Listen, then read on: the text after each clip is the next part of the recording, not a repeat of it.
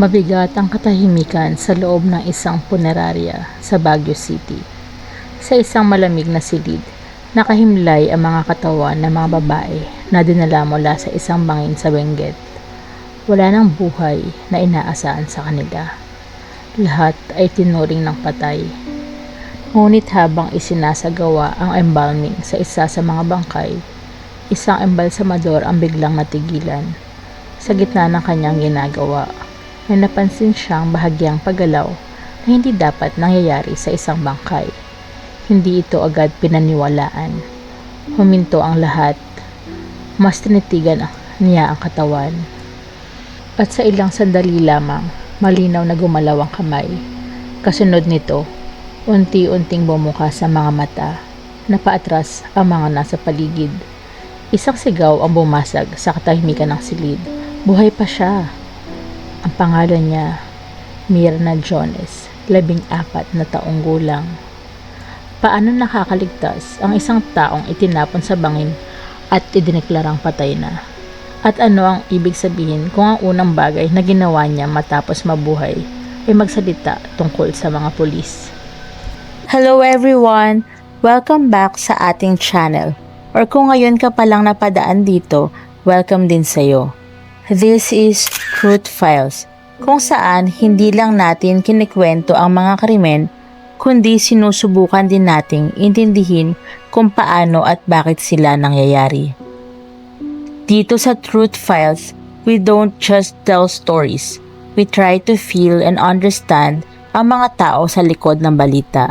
Because behind every headline, there's a family, a life, and truth that deserves to be brought to light. If you are into real stories narrated in Tagalog in a way that feels personal and genuine, you can subscribe and stay with me. Bago ang bangungot, si Myrna Jones ay isang 14 na taong gulang na dalagita na may simpleng buhay at simpleng pangarap. Kasama niya sa biyahe ang kanyang kapatid na si Zenaida at ang kanyang mga pinsan na sina Laurita at Vivian na noon ay nagdadalang tao.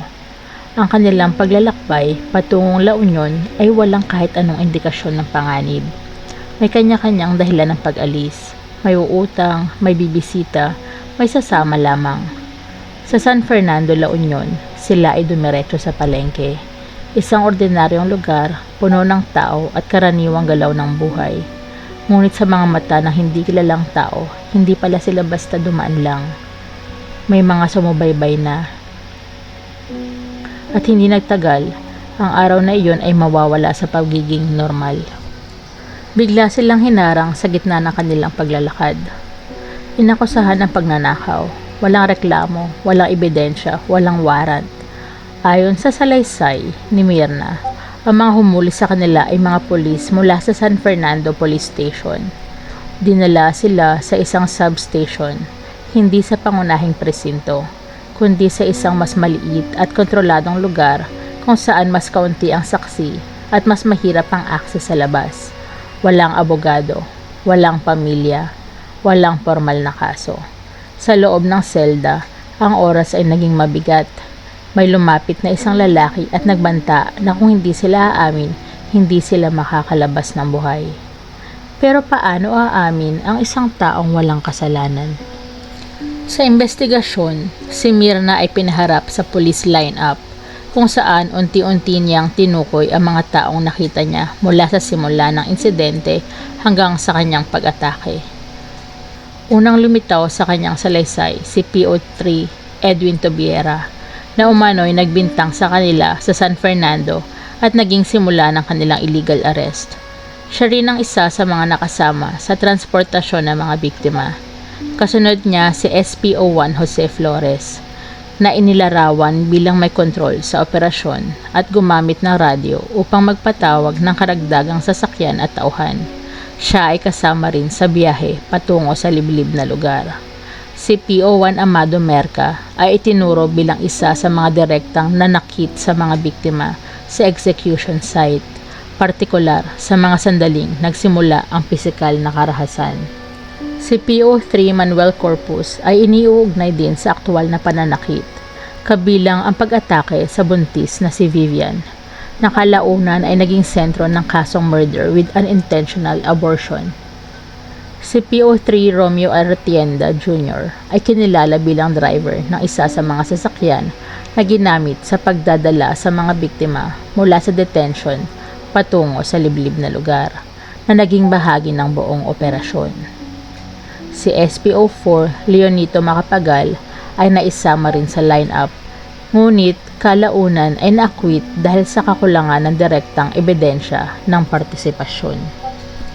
Kung ikaw ang nasa posisyon ni Myrna, kaya mo bang ituro ang mga taong may kapangyarihan habang buhay mo ang nakataya? Sa isang liblib na lugar sa Benguet, malayo sa kabahayan at liwanag, huminto ang sasakyan. Dito nagsimula ang karahasan. Ang mga biktima ay tinali, binugbog, sinaksak. Si Zenaida at Vivian ay paulit-ulit na sinaktan. Si Vivian, na dadadalang tao, ay hindi nakaligtas sa pinsalang tinamo. Si Myrna ay sinaksak sa mukha at ulo hanggang mawala ng malay. Sa paniniwalang wala ng buhay, sila ay tinapon sa bangin. 3 ang hindi na muling bumalik. Isa ang muling nagmulat ng kanyang mga mata. Noong June 18, 1992, natagpuan ang mga katawan ng mga biktima sa isang bangin sa Sablan, Benguet. Ilang oras matapos ang insidente, agad itong inireport at isinagawa ang retrieval ng mga otoridad sa lugar. Ilan sa mga biktima ay unang dinala sa Baguio City para sa formal na proseso ng pagtingin sa mga bangkay, habang patuloy ang follow-up recovery sa iba pang labi sa sumunod na operasyon. Sa punerarya sa Baguio City, habang isinasagawa ang paghahanda sa isa sa mga katawan, natuklasan ng embalsamador na may senyales pa ng buhay si Myrna Jones. Agad siyang isinugod sa ospital. Sa kabila ng matinding sugat, trauma at pag-aakalang patay na siya, muling nagkamalay si Myrna. At sa kanyang pagising, nagsalaysay siya. Sa investigasyon, si Myrna ay muling pinaharap sa lineup at nakilala niya ang ilang pulis na umano'y sangkot sa krimen. Sa korte, iginiit ng depensa ang alibay na sila ay nasa ibang lugar o hindi kasama sa oras ng insidente. Ngunit sa ilalim ng batas, ang alibay ay hindi sapat kung may positibong pagkakakilanlan mula sa isang credible witness. Ang kanyang testimonya ay nanatiling consistent mula simula hanggang dulo ng paglilitis. Sa desisyon ng hukuman, ilan sa mga akusado ay napatunayang guilty sa murder at kaugnay na kaso, habang ang isa ay na-acquit dahil sa kakulangan ng ebidensya. Ang iba ay hinatulan batay sa kanilang collective participation sa krimen. Noong 1995, matapos ang paglilitis na umabot sa Korte Suprema sa kasong People vs. Flores y Salinas, naging final ang hatol laban sa ilan sa mga akusado sa kasong murder at related charges. Ang ilang akusado ay hinatulan ng habang buhay na pagkakakulong, habang iba ay na-acquit dahil sa kakulangan ng direktang ebidensya. Sa mga sumunod na dekada, lumabas ang ulat na ilang mga nahatulan ay nakalaya sa pagitan ng late 2000s hanggang 2010s, matapos mabigyan ng kaluwagan sa ilalim ng Good Conduct Time Allowance o GCTA law. Muling binuksan nito ang usapin tungkol sa hustisya, accountability at sistema ng penal reform sa Pilipinas. Tungkol kay Myrna Jones, matapos ang kaso noong 1990s at ang kanyang pagiging sentros ng investigasyon at paglilitis, nanatiling pribado ang kanyang buhay. Sa mga sumunod na taon, wala ring malinaw na opisyal na pampublikong record ng kanyang kasalukuyang kinaroroonan, isang karaniwang landas ng mga nakaligtas sa matinding trauma at high-profile cases. Kung ang isang batang halos mamatay noong 1992 ay naging susi ng katotohanan, kung ang korte ay naglabas ng hatol noong 1995, at kung ang ilan sa mga nahatulan ay muling nakalaya, makalipas ang mahigit 2 dekada, bakit nananatiling bukas ang tanong ng hustisya hanggang ngayon? At sa iyong pananaw, tapos na ba talaga ang kasong ito? If you made it until the end, thank you for staying. Kung may gusto kang kaso na i-cover natin next time, you can leave it in the comment section. And if this story stayed with you, even quietly, stay with me. Marami pa tayong kwento at katotohanang bubuksan at tatalakayin. Ingat ka palagi.